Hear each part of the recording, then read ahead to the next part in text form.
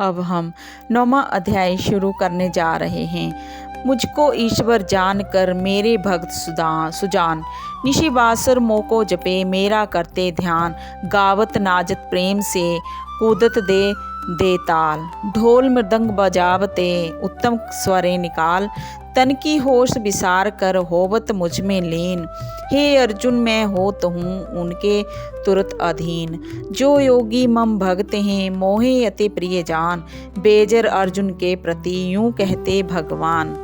श्री कृष्ण जी बोले, हे अर्जुन तुम में ईर्ष्या नहीं है, इसलिए यह अति गुप्त शास्त्रीय ज्ञान और अनुभव तुमसे कहता हूँ। यह ज्ञान सब विद्याओं में श्रेष्ठ तथा गोपनीयों में गुप्त एवं परम पवित्र, उत्तम, प्रत्यक्ष फल वाला और धर्मयुक्त है। साधन करने में बड़ा सुगम और नष्ट नहीं होता। हे परंतप, इस धर्म पर जो श्रद्धा नहीं रखते हैं वे मुझे नहीं पाते और इस मृत्यु युक्त संसार में बार बार लौटते हैं। मैं अव्यक्त हूँ और मैंने ही यह जगत प्रकट किया है।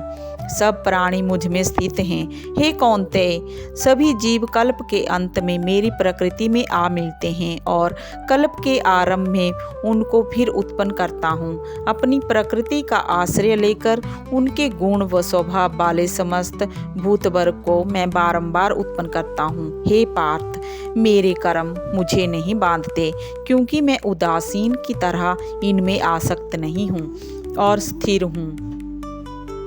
मैं अध्यक्ष होकर प्रकृति द्वारा चराचर जगत को उत्पन्न करता हूँ। हे पार्थ, इसी कारण यह जगत बनता बिगड़ता रहता है। मूर्ख लोग मेरे परम स्वरूप को नहीं जानते हैं कि मैं समस्त चराचर का स्वामी हूँ। जो मुझको मनुष्य जानकर मेरी अवहेलना करते हैं, उनकी आशा व्यर्थ, कर्म निष्फल तथा ज्ञान निरर्थक है। हे पार्थ, विवेकी जन दैवी प्रकृति में स्थित हैं। वे मुझे सब संसार का आदि अविनाशी जानकर अनंत मन से भजते हैं।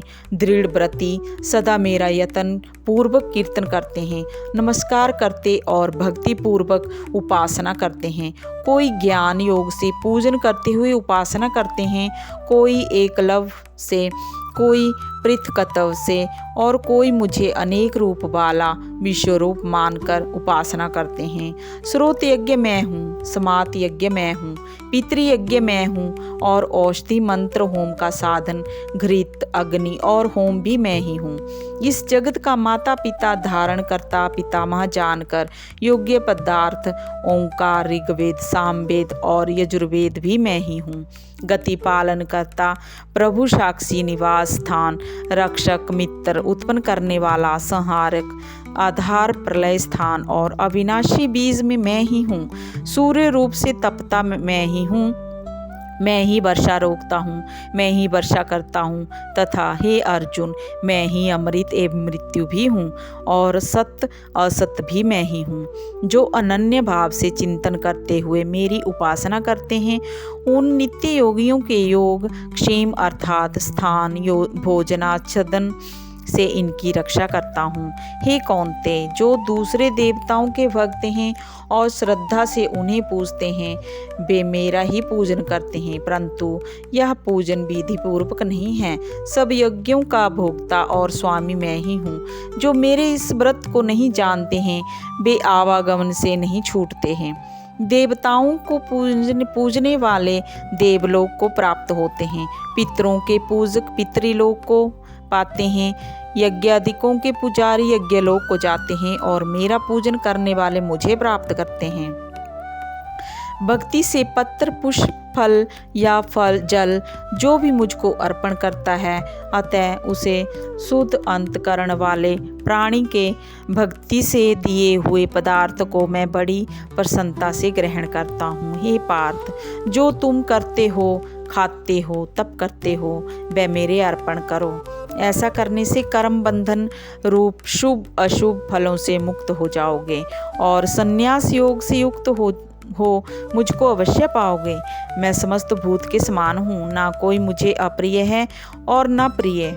जो कोई मुझको भक्ति से भजता है वह मुझ में है और मैं उसमें हूँ। यदि कोई दुराचारी भी हो और अनन्य भाव से मेरा भजन करे, उसको मैं साधु ही मानता हूँ, क्योंकि उसने उत्तम मार्ग ग्रहण किया है।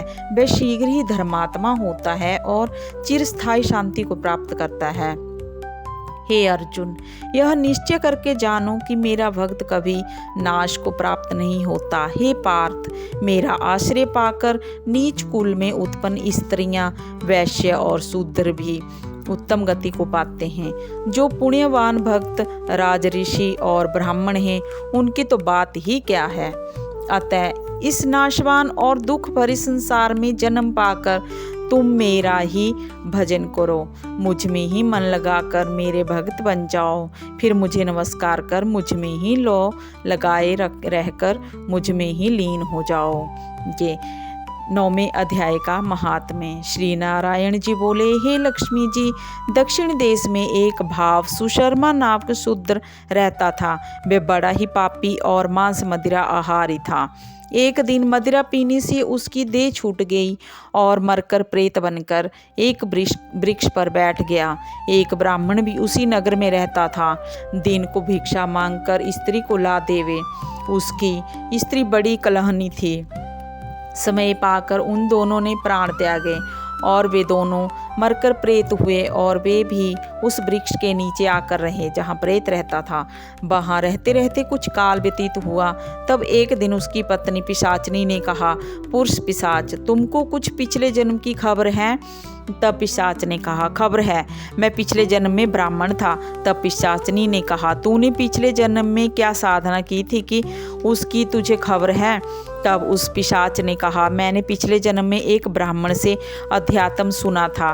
तब फिर पिशाचनी ने कहा, तूने और कौन सी साधना की थी तथा वह ब्राह्मण कौन था, और वह अध्यात्म कर्म कौन सा है जिसके सुनने से तुझे पिछले जन्म की खबर है?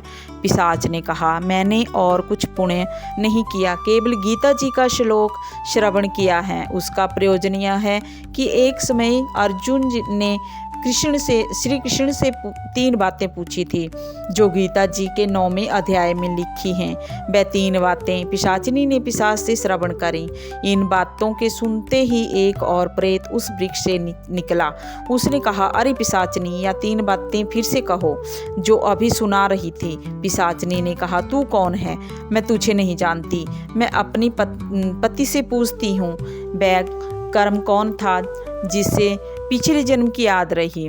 तब उसके पति ने पुनः 3 बातें बताई, जिनके सुनते ही वे तीनों प्रेत योनि से छूटकर देवदेही धारण कर विमानों पर बैकुंठ को गए। श्री भगवान जी बोले, हे लक्ष्मी, यह 9वें अध्याय का महात्म्य है। जय श्री कृष्ण।